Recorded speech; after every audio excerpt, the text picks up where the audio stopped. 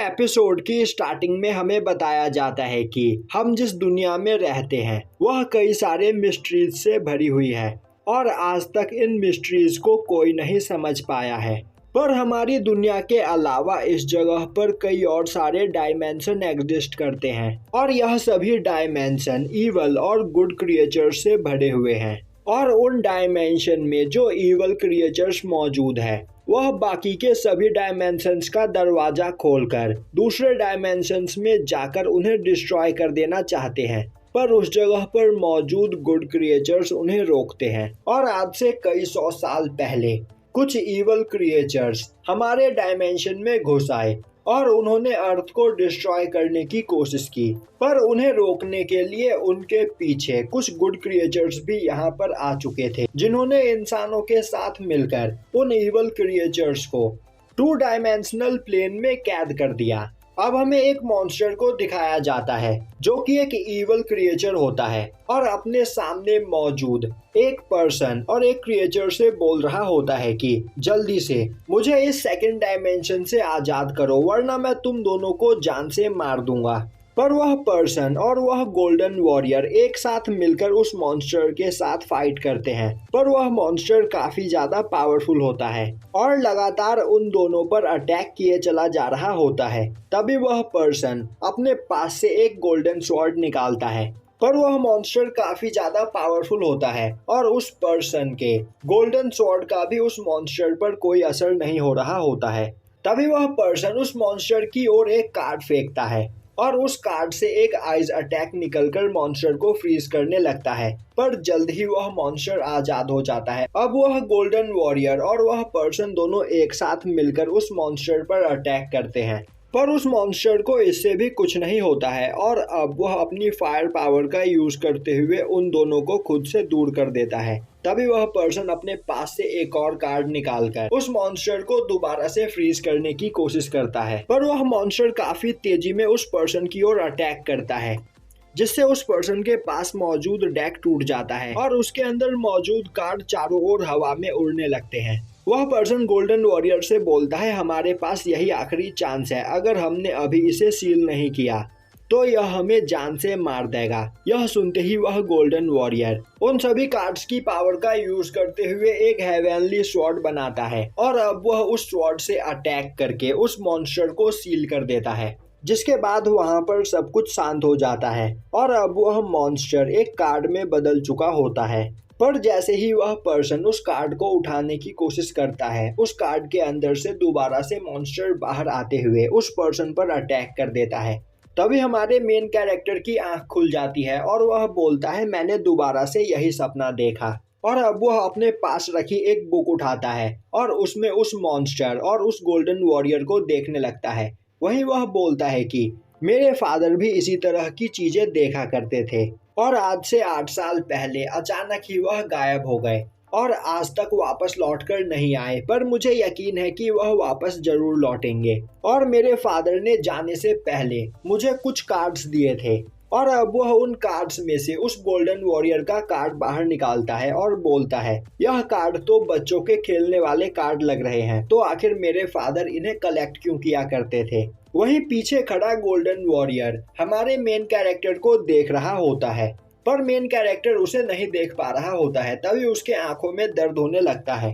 अब वह उठकर खड़ा होता है और बोलता है कल पूरी रात मैं किताब पढ़ रहा था, शायद से यह इसी वजह से हो रहा है। जिसके बाद वह अपने पेरेंट्स की फोटो देखता है और बोलता है मॉम डैड आज मैं 18 साल का हो गया हूँ। और अब वह बोलता है कि उसकी मदर उसे जन्म देते ही मर गई थी और आज से 8 साल पहले उसके फादर अचानक ही गायब हो गए। तभी से वह यहाँ अपनी ग्रैंड मदर के साथ रह रहा है। तभी वहाँ पर उसकी ग्रैंड मदर आते हुए बोलती है क्या तुम्हारी आंखों में दोबारा दर्द हो रहा है? यू हाँ में जवाब देता है। तभी उसकी ग्रैंड मदर उसे बर्थडे विश करती है और अब वह अपने पास से निकालकर एक चश्मा यू को देते हुए बोलती है कि तुम्हारे फादर ने मुझे यह दिया था और उन्होंने मुझसे कहा था कि जब तुम 18 साल के हो जाओ तब मैं तुम्हें यह दे दूं।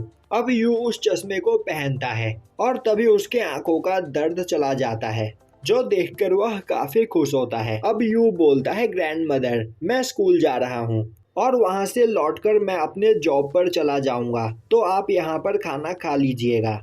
उसकी ग्रैंडमदर बोलती है, तुम सच में बहुत मेहनती लड़के हो, तुम यहाँ पर पढ़ाई भी करते हो और पार्ट टाइम जॉब भी।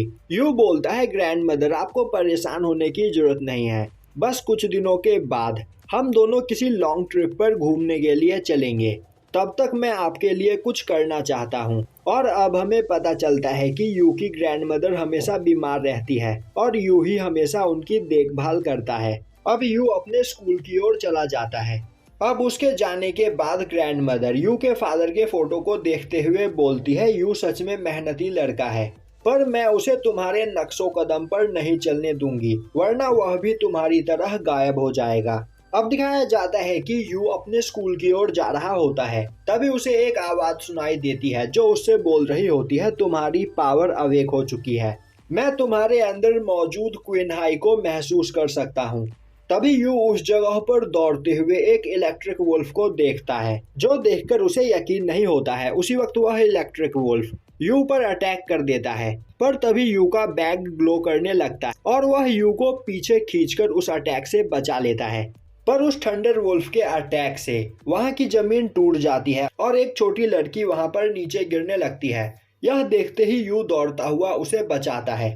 तभी वह थंडर वुल्फ हंसता हुआ बोलता है, तुम सच में बहुत ज्यादा केयरिंग हो, तो अगर तुम नहीं चाहते कि इस जगह पर मौजूद लोग हर्ट हो तो मेरे पीछे आओ। अब यू बोलता है, तो यह कोई सपना नहीं है और अब मैं समझ गया हूँ कि मैं रोज जो सपना देखता हूँ तुम उसी सपने के एक विलन हो। और अब यू उस वुल्फ का पीछा करने लगता है। अब हमें वहाँ पर एक लड़की दिखाई जाती है जो यू को देखते हुए बोल रही होती है, यह सच में एक नाइस पर्सन है जो अनजान लोगों को बचाने के लिए अपनी जान खतरे में डाल रहा है। वहीं उस लड़की के पास भी दो स्पिरिट होते हैं। अब वह वुल्फ यू को भगाता हुआ अपने साथ एक गली में ले आता है। अब वह वुल्फ भागता हुआ एक दीवार में मौजूद दरवाजे में घुस जाता है, जिसे देखकर यू भी उस दरवाजे को खोलकर उसके अंदर जाता है। तभी वह देखता है कि वह एक मैंशन में पहुंच चुका है। तभी उसे एक लड़की की आवाज सुनाई देती है जो उससे बोल रही होती है, तो तुम्हारी पावर अवेक हो चुकी है। और अब उस जगह पर एक दरवाजा खुलता है और अब यू उस दरवाजे के अंदर आता है तो वह एक सिटी में पहुंच जाता है। तभी उसके सामने उस थंडर वुल्फ का कार्ड आता है और अब उस कार्ड के अंदर से वह थंडर वुल्फ निकलकर बाहर आ जाता है, जो देखकर यू को कुछ भी समझ में नहीं आता है। तभी वह थंडर वुल्फ बोलता है, तुम्हें क्या लग रहा था मैं बस एक नॉर्मल कार्ड हूँ, पर जितना तुम सोच रहे हो इस जगह पर सिचुएशन उससे कहीं ज्यादा कॉम्प्लिकेटेड है। मैं तुम्हारी लाइफ का पहला विलन हूँ जो तुम्हें एक चांस देने के लिए आया हूँ। यू बोलता है, किस तरह का चांस? थंडर वुल्फ बोलता है, अगर तुम मुझे इस जगह पर हरा दो तो तुम डायमेंशनल जर्नल बन सकते हो और तुम्हारे पास जितने भी कार्ड मौजूद है उन सभी कार्ड के अंदर कोई ना कोई स्पिरिट मौजूद है, जिन स्पिरिट की पावर का यूज करते हुए तुम इस पूरी दुनिया पर राज कर सकते हो। यू बोलता है, पर मुझे ऐसा कुछ नहीं करना, मैं इस दुनिया पर राज करना नहीं चाहता हूँ। यह सुनते ही वह थंडर वुल्फ गुस्से में बोलता है, तो फिर ठीक है, मैं इस जगह पर तुम्हें मारकर खुद को आजाद करूंगा। वैसे भी तुम मुझे कंट्रोल करने के लिए बहुत ज्यादा यंग हो। और यह बोलता हुआ वह वुल्फ यू पर अटैक कर देता है और अब यू की बॉडी अपने आप बिल्डिंग से नीचे छलांग लगा देती है। तभी उसे एक कार्ड दिखाई देता है और यह उसके फादर का कार्ड होता है। अब वह देखता है कि यह गोल्डन वॉरियर है और अब गोल्डन वॉरियर यू से एक स्पेल बोलते हुए उसे समन करने के लिए बोलता है। अब यू उस स्पेल को बोलता है, तभी वह काफी तेजी से जमीन पर आ गिरता है, पर इतनी ऊंचाई से गिरने के बाद भी उसे चोट नहीं लगती है और अब वह फील करता है कि उस कार्ड से उसे पावर मिल रही है। तभी गोल्डन वॉरियर उसके सामने आ जाता है और बोलता है, इस जगह पर मैंने तुम्हें प्रोटेक्ट किया और जब से तुम पैदा हुए हो उसी दिन से मैं तुम्हें प्रोटेक्ट कर रहा हूँ, क्योंकि तुम्हारे ही पास वह पावर है जिसका यूज करते हुए तुम डायमेंशंस को अनसील कर सकते हो। तभी वह वुल्फ भी वहां पर आ जाता है और उस पर अटैक करने के लिए तैयार हो जाता है और यहीं पर यह एपिसोड खत्म हो जाता है।